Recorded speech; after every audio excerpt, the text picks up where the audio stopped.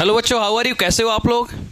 चलो, आज class 10th का एक बहुत ही इंपॉर्टेंट चैप्टर है, छोटा सा चैप्टर है जिसका नाम है केमिकल पेरियोडिसिटी।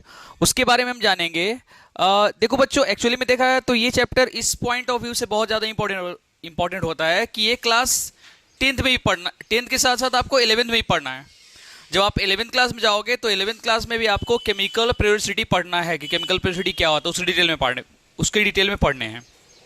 ठीक है, तो आज 10th क्लास में हम लोग 10th क्लास का एक बहुत ही इंपॉर्टेंट चैप्टर डिस्कस करने वाला है। छोटा सा चैप्टर है केमिकल पेरियोडिसिटी, ठीक है ना। तो उसके बारे में हम जानेंगे स्टेप बाय स्टेप। देखो, आप समझो, ठीक है ना।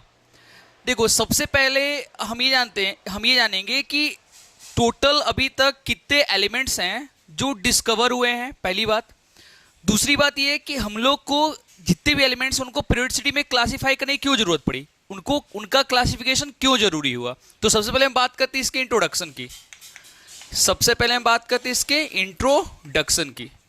तो अगर मैं इंट्रोडक्शन की बात करूं बच्चों, तो सबसे पहले हम ये समझेंगे कि सबसे पहले एलिमेंट्स हैं कितने। पहला क्वेश्चन देखो, तो आज की डेट में अगर देखा है तो आज की डेट में टोटल जो एलिमेंट्स हैं अप्रोक्सीमेटली 120, यानी कि 120 एलिमेंट्स का अभी तक डिस्कवर हो चुका है, जिसमें से 118 कितने 120 में से 118 ऐसे एलिमेंट्स हैं जिनको अभी तक पेरियोडिसिटी में पोजीशन मिल पाया है। दो ऐसे एलिमेंट्स हैं जो अभी न्यूली डिस्कवर्ड है और उनके बारे में अभी इंफॉर्मेशन आनी बाकी है, इस कारण से इसको पेरियोडिक टेबल में भी एडजस्ट नहीं किया गया है, ठीक है ना। तो कुल मिला के देखा जाए तो टोटल एलिमेंट्स कितने डिस्कवर हो चुके अभी तक 120, लेकिन टोटल जो उसको क्या कहते हैं, उसको मतलब टोटल उसको एडजस्ट कितना किया गया है पेरियोडिक टेबल में, तो है आपका 118 एलिमेंट्स को रखा गया है, ठीक है। अब देखो यहाँ पे इन 118 एलिमेंट में सबसे पहला क्वेश्चन ये बनता है इंट्रोडक्शन में कि आखिर एलिमेंट्स को क्लासिफाई करने की जरूरत क्यों पड़ी।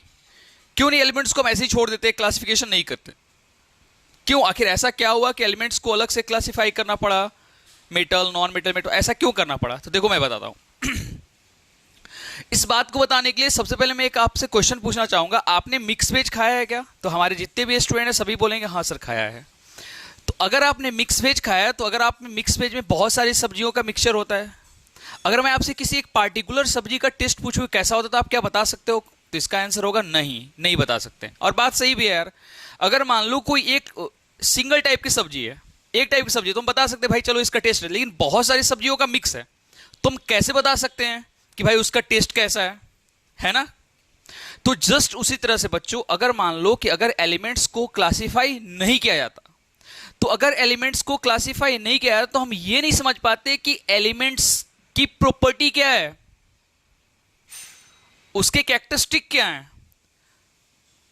तो जब तक ये क्लासिफिकेशन नहीं होता तब तक हम उनके बारे में डिटेल स्टडी नहीं कर पाते।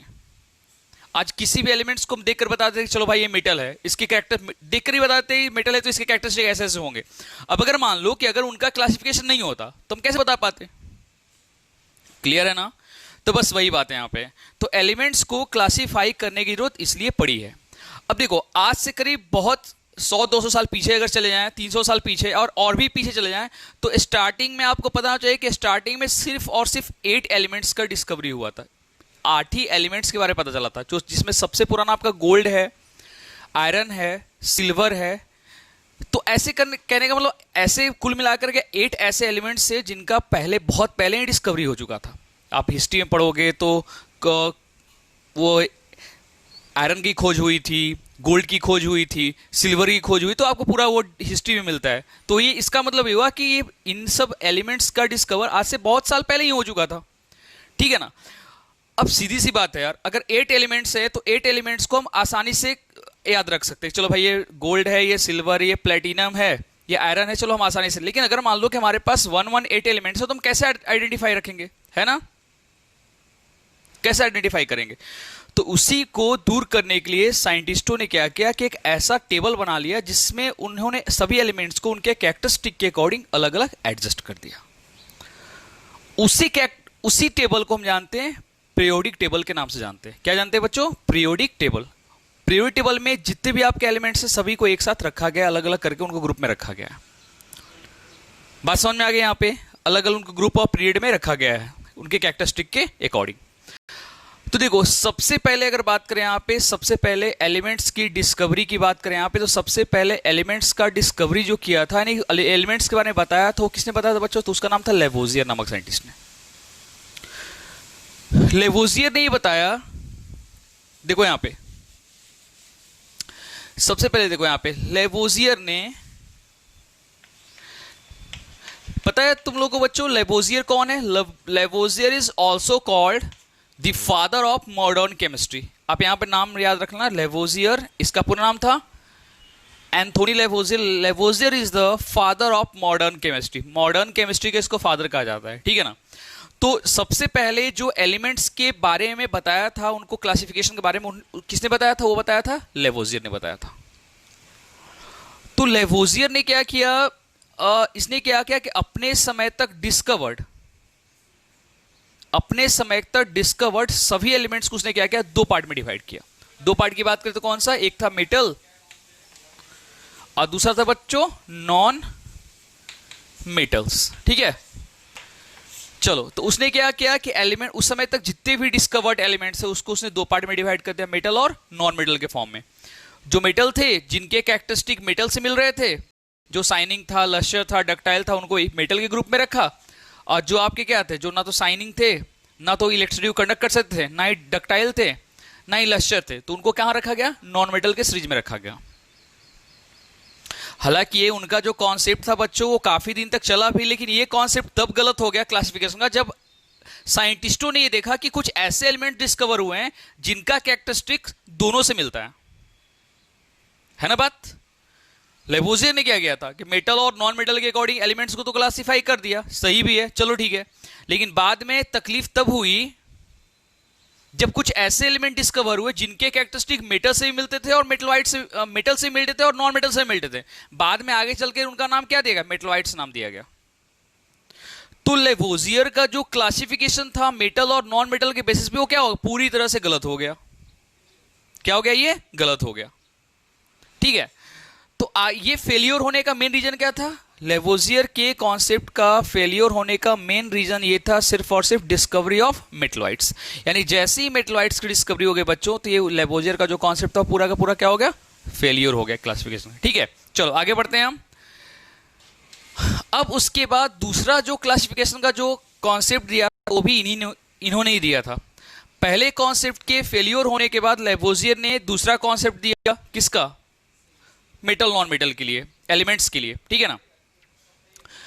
तो कहने का मतलब है दूसरा कॉन्सेप्ट क्या बोलता है? देखो यहाँ पे तो दूसरा कॉन्सेप्ट भी इन्होंने बताया, उस समय तक जितने भी डिस्कवर्ड एलिमेंट थे उन्होंने क्या किया? उसके वैलेंसी के अकॉर्डिंग उसको क्लासिफाई किया। जब उनका मेटल नॉन मेटल वाला आइडिया जब फेलियर हो चुका था, तो उन्होंने क्या किया कि जितने भी एलिमेंट डिस्कवर्ड थे उसको उन्होंने क्या किया कि वैलेंसी के अकॉर्डिंग उन्होंने क्या किया? उसको क्लासिफाई किया। तो जब वैलेंसी के अकॉर्डिंग क्लासिफाई किया, तो देखो यहाँ पे जितने भी एलिमेंट्स थे उनको वैलेंसी के अकॉर्डिंग उन्होंने क्या किया? क्लासिफाई। जिसकी वैलेंसी 1 थी उसको फर्स्ट में रखा, जिसकी वैलेंसी 2 थी उसको उन्होंने सेकंड में रखा, जिसकी वैलेंसी 3 थी उसको उन्होंने थर्ड ग्रुप में रखा, जिसकी 4 थी उसको फोर्थ ग्रुप में रखा। देखो बच्चों यहाँ पे अगर सच में बोला जाए तो ये उनका कॉन्सेप्ट काफी दिनों तक चला भी था, सही भी था। लेकिन बाद में ऐसा पाया गया कि कुछ ऐसे एलिमेंट्स थे जो जिनकी वैलेंसी 1 से ज्यादा हो रहे हैं, यानी इसको हम बोलते हैं केमिस्ट्री के टर्म में वेरिएबल वैलेंसीज। तो बाद में आगे चल करके ये जो क्लासिफिकेशन था वो भी फेलियर हो गया। पता है क्यों फेलियर हो गया? क्योंकि बाद में आगे ऐसे डिस्कवर्ड एलिमेंट हुए जिनके कैरेक्टरिस्टिक्स, जिनकी वैलेंसी क्या थी? 1 से ज्यादा थी। यानी कि जो 2 भी दिखा रहा है, 3 भी दिखा रहा है, 1 भी दिखा रहा है, 2। लाइक एग्जाम्पल में देख लो, आप कुछ एग्जाम्पल में देख लो। जैसे आयरन की बात करें तो आयरन एक ऐसा एलिमेंट है जो वेरिएबल वैलेंसी दिखाता है। आयरन +2 भी दिखाता है, आयरन +3 भी दिखाता है बच्चों। अब एक बात बताओ, अब लेवोजियर के कॉन्सेप्ट के अकॉर्डिंग आयरन को कहां रखा जाएगा? 2 में रखा जाएगा, 3 में रखा, दोनों में तो नहीं रखा जाएगा, किसी एक जगह ही रखा जाना चाहिए। तो क्या हुआ? ये गलत हुआ कि नहीं हुआ? बताओ। This is called ferrous, this is called ferric. इस तरह से अगर मैं कॉपर की बात करूं, मर्क्यूरी की बात करूं, तो कॉपर क्या होता है? Cu+ भी दिखाता है और Cu2+ भी दिखाता है बच्चों। अब बताओ कॉपर को कहां रखा जाएगा? कॉपर को फर्स्ट ग्रुप में रखा जाएगा या सेकंड में रखा जाएगा? दोनों जगह तो रखा जाना पॉसिबल नहीं है। मर्क्यूरी की भी वही बात है। यहाँ पे Hg की बात करें, +1 भी दिखाता है और ये Hg क्या दिखाता है? +2 भी दिखाता है आपको। तो बताओ, तो ऐसे बहुत सारे, देखो ये 2-3 मैंने एग्जांपल से दिया, ऐसे बहुत सारे एलिमेंट डिस्कवर हुए हैं जिनके जो वेरिएबल वैलेंस दिखाते थे, जिनकी वैलेंसी एक से ज्यादा थी। इस कारण से लेबोजियर का जो सेकंड वाला चांस जो था, सेकंड वाला कॉन्सेप्ट भी जो था एलिमेंट्स के क्लासिफिकेशन, वो भी कहीं ना कहीं फेलियर हो गया। और उसके फेलियर का मेन रीजन ये था, discover of those elements which show variable valencies more than one valency, जो एक से ज्यादा वैलेंसीज दिखा रहे हैं। ठीक है ना, चलो ठीक है, अब हम आगे बढ़ते हैं यहां पे। तो आगे बढ़े तो अब आगे आपका कॉन्सेप्ट जो है बच्चों,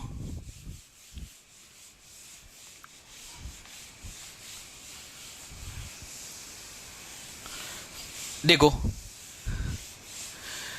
इसके बाद लेबोजियर के दोनों कॉन्सेप्ट के फेलियर होने के बाद डाब्रेनर ने अपना एक रूल दिया जिसको हम बोलते हैं डाब्रेनर ट्रायड रूल के नाम से जानते हैं। डाब्रेनर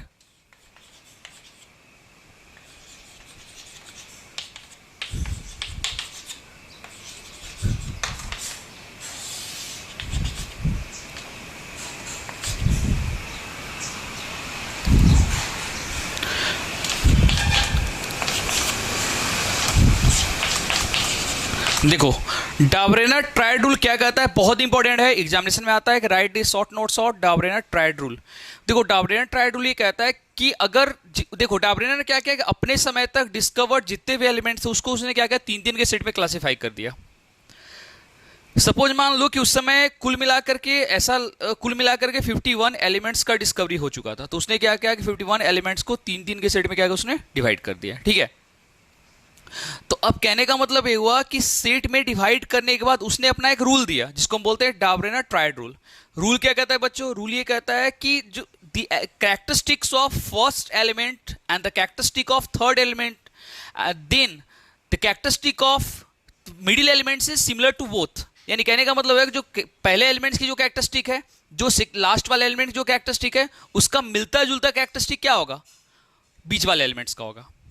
यानी बीच वाला जो एलिमेंट्स होगा उसके कैरेक्टरिस्टिक ऊपर और नीचे, यानी फर्स्ट और लास्ट वाले एलिमेंट्स के कैरेक्टरिस्टिक का क्या होगा, एवरेज होगा। किसके एवरेज होगा भाई, मास के एवरेज होगा। एक बार फिर से सुन लो यहां पे, the characteristic of first element and the characteristic of last element, the average property find the characteristic according to characteristics of middle elements. यानी जो बीच वाला एलिमेंट्स है उसके कैरेक्टरिस्टिक जो होंगे वो फर्स्ट और लास्ट एलिमेंट्स के कैरेक्टरिस्टिक से कहीं ना कहीं क्या होंगे, मिलते जुलते होंगे अकॉर्डिंग टू देयर मासेस। तो इसी को हम क्या बोलते हैं, डाब्रेनर ट्रायड रूल के नाम से जानते हैं। अब देखो यहाँ पे मैं एक एग्जांपल लेता हूं, यहाँ पे lithium, sodium and potassium. Lithium जिसका मास होता है बच्चों 7, सोडियम जिसका होता है 23 और पोटेशियम जिसका होता है क्या 39। ठीक है, अब देखो यहाँ पे इन दोनों के मास को अगर मैं जोड़ दूं और जोड़ करके अगर एवरेज निकालूं तो इसका मास निकल जाएगा। जोड़ लो, आप देख लो यहाँ पे तो कितना होगा बच्चों, 7 + 39/2 कर दो, आप एवरेज निकाल दो तो कितना आ जाएगा बच्चों, यहाँ पे 46/2 कितना आ जाएगा बच्चों, 23। देखो आ गया ना मास के अकॉर्डिंग इसका। तो इसको हम क्या बोलते हैं बच्चों, this called Dobereiner triad rule. क्या बोलते हैं इसको हम, this is called Dobereiner triad rule के नाम जानते हैं यहाँ पे। इसी को हम क्या बोलते हैं, डाब्रेनर ट्रायड रूल। यानी कि देखो आप यहाँ पे इसका मास नंबर कितना है, 23 है। इन दोनों को जोड़ करके अगर एवरेज निकाले तो इसका मास, इसी मास के अकॉर्डिंग उन्होंने इसके कैरेक्टरिस्टिक को भी फाइंड कर लिया और उसके बाद उन्होंने पता कर लिया कि भाई देखो सीधी सी बात है, जो फर्स्ट और जो लास्ट वाले एलिमेंट्स की जो प्रॉपर्टी होगी उसकी एवरेज प्रॉपर्टी बीच वाले एलिमेंट की होगी। हालांकि उनका जो ये कॉन्सेप्ट था वो काफी एलिमेंट मतलब काफी दिन तो चला भी, काफी एलिमेंट्स पे एप्लीकेबल हो, लेकिन बाद में आगे चल करके जब बहुत सारे न्यूली डिस्कवर्ड एलिमेंट हुए तो उनके लिए एप्लीकेबल नहीं था। तो इसका मतलब ये निष्कर्ष निकला है, this concept is only and only applicable for limited elements. यानी डाब्रेनर का जो इसका कॉन्सेप्ट था ट्रायड रूल का, वो लिमिटेड एलिमेंट पे एप्लीकेबल हो गया, यानी कि लिमिटेड हो गया, ये सब पे एप्लीकेबल नहीं हो पाया। इस कारण से कहीं ना कहीं डाब्रेनर का जो कॉन्सेप्ट था पीरियोडिक क्लासिफिकेशन का, वो भी यहां पे फेलियर होता हुआ दिखाई पड़ रहा है यहां पे। चूंकि ये जो उनका कॉन्सेप्ट था वो सभी एलिमेंट के लिए एप्लीकेबल नहीं था, ये लिमिटेड एलिमेंट पे क्या हो गया, एप्लीकेबल हो गया। आगे चलकर जब न्यूली डिस्कवर्ड एलिमेंट आया तो क्या हो गया, ये फेलियर हो गया, कॉन्सेप्ट फॉलो नहीं कर पाया। तो इसके बाद का जो कॉन्सेप्ट था वो क्या था आपका, उसको बोलते ऑक्टेव रूल ऑफ न्यूलैंड्स। डाबरेनर के कॉन्सेप्ट के फेलियर होने के बाद जो न्यू कॉन्सेप्ट दिया था उसको हम क्या बोलते हैं, ऑक्टेव रूल ऑफ न्यूलैंड्स।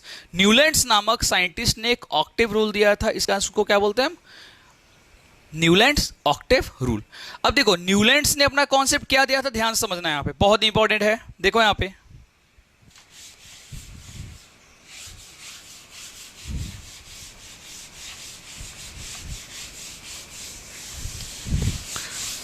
देखो बच्चों, यहां पे न्यूलैंड्स का कॉन्सेप्ट जो था वो ये था। देखो न्यूलैंड्स का कॉन्सेप्ट बहुत ही फनी कॉन्सेप्ट था। उसने ये बताया था न्यूलैंड्स ने कि क्यों ना जितने उस समय उसने क्या किया, जितने भी डिस्कवर्ड एलिमेंट थे उसने उसको क्या किया कि म्यूजिकल वर्ड पे एडजस्ट कर दिया। म्यूजिकल वर्ड की बात करें तो क्या होता है बच्चों, हाथ पे काउंट करो, सा रे ग म प ध नी, और नी के बाद फिर सा आता है। यानी जो पहला लेटर है और 8वां लेटर है वो दोनों मैच कर रहे हैं यहाँ पे। तो उन्होंने क्या किया, उन्होंने सोचा कि क्यों ना एलिमेंट्स को भी ऐसे ही क्लासिफाई किया जाए। उस समय जितने भी डिस्कवर्ड एलिमेंट्स थे उन्होंने क्या किया, क्यों ना एलिमेंट्स को भी ऐसे ही क्लासिफाई किया जाए। तो एलिमेंट्स में क्या होगा, एक एलिमेंट की प्रॉपर्टी फर्स्ट वाले एलिमेंट की 8 वाले एलिमेंट्स की कैरेक्टरिस्टिक क्या करेगी, मैच करेगी। तो क्या था उनका कॉन्सेप्ट, क्या था, फिर सुनो, म्यूजिकल वर्ड कॉन्सेप्ट, इसलिए उसको ऑक्टेव रूल के नाम से भी जानते हैं। सा रे ग म प ध नी सा, यानी कि 7वें के बाद 8वां और पहला मैच कर रहा है। बोलो, 7 से स्टार्ट हो रहा है और 8वां भी क्या हो रहा है, सा हो रहा है यहाँ पे।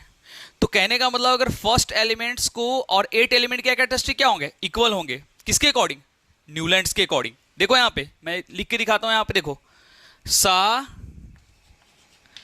रे ग म प ध नी एंड सा तो फिर तो वही आ जाएगा, लिखने की जरूरत नहीं है। देखो यहाँ पे तो 1 2 3 4 5 6 7 है यहाँ पे।